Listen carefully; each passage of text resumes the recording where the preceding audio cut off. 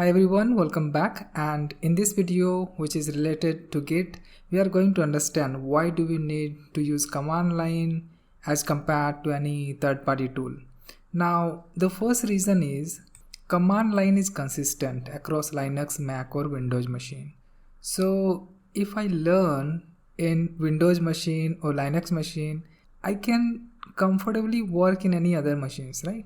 So I don't have to relearn anything.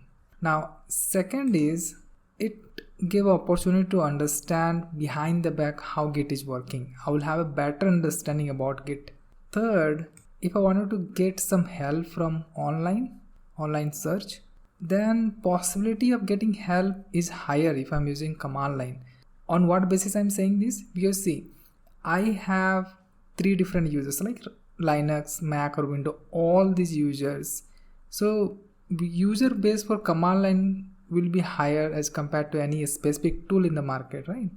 Now even if you are using a third-party tool, that's okay, but try to understand or learn the equivalent Git commands so that if tomorrow you don't have that tool or that tool is not working, in both the case it will not impact your work.